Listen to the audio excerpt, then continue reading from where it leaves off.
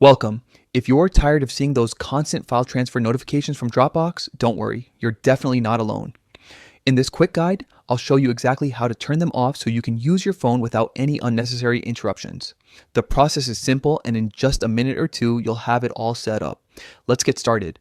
First, grab your phone and open your Settings app. This is where you can manage how different apps behave on your device.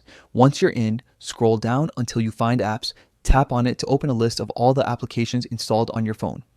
Next, scroll through the list and select Dropbox. This will open Dropbox app settings where you can fine-tune exactly how it interacts with your phone.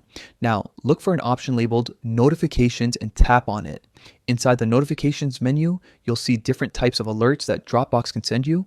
To narrow things down, tap on Notification Categories. This section organizes the kinds of notifications the app can produce, like sync alerts, upload reminders, and of course, file transfer updates. Now, here comes the key step. Find the option labeled File Transfer. You'll notice a toggle switch right next to it. If the switch is turned on, it means notifications are currently enabled. Simply toggle it off and Dropbox will stop sending you alerts every time a file is transferring. That's it.